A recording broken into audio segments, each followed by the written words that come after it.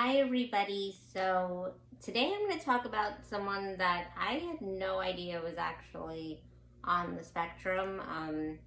This person, for all you youngins out there that may not know, was probably one of the most controversial celebrities in like the mid 90s, early 2000s. Their behavior was always very, how shall I phrase this? Erratic is probably the best term to use.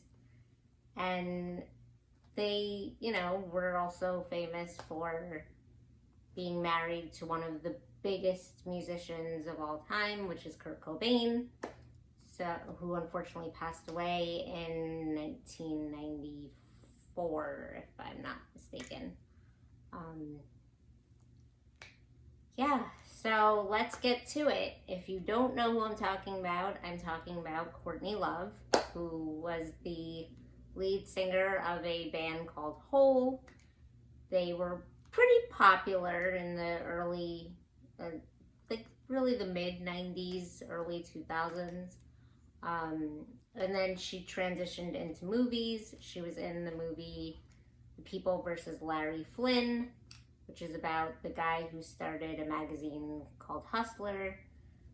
And it's really funny because I was actually talking about this movie with my friend John the other day. So it's very odd that she's on this list.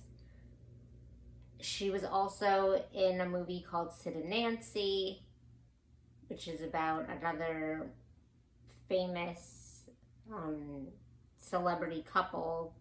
One of them was a rock star named Sid Vicious. If you don't know them, then look up the band. Pretty sure he was the Sex Pistols. Anyway, yeah, so she's actually pretty surprising, and I'm actually really happy that she's on this list because it makes quite a bit of sense, and it's actually kind of sad that she was so misunderstood for some of the antics that she did. Because a lot of the time, people in the autism spectrum don't really know how to read social cues very well or behave in a social setting. And, I'm not going to sugarcoat it. There was definitely other factors that were playing into her behavior.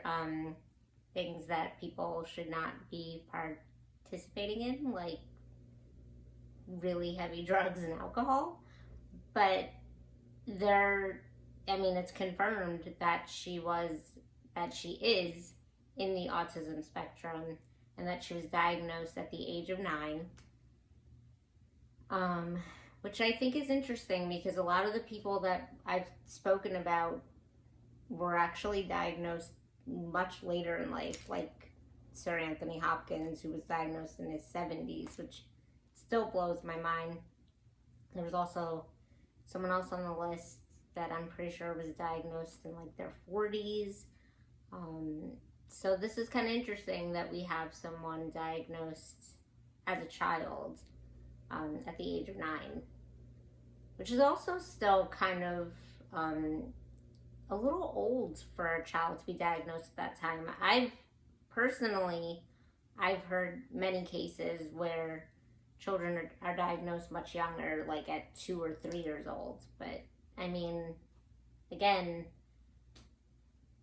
things happen when they happen, and some of the most iconic MTV interviews and video award moments would not have happened if not for Courtney Love. And I'm sure anyone that remembers that era knows exactly what I'm talking about. She was very interesting to watch. And she's still around. I'm pretty sure she's retired as a musician. I haven't heard music from her in over 20 years, but I think she might still be doing some movies. I do believe she was in a movie about the Menendez brothers, It was a Lifetime movie that aired about 10 years ago. Um, really not a great story. I don't want to get into it. But if you're interested in that kind of storyline, then feel free to watch it. I'm sure you can find it on YouTube or go on lifetime.com and check their past movies and watch it. So, yeah, I mean, that's pretty much it for Courtney Love. I definitely would have to say that regardless of all her antics in the past, I liked a lot of the music that her band Hole did. So that's pretty cool. So, all right, guys, I'm going to end this here. I hope you have a good night. Talk to you later, and I'll see you tomorrow. Love you. Bye.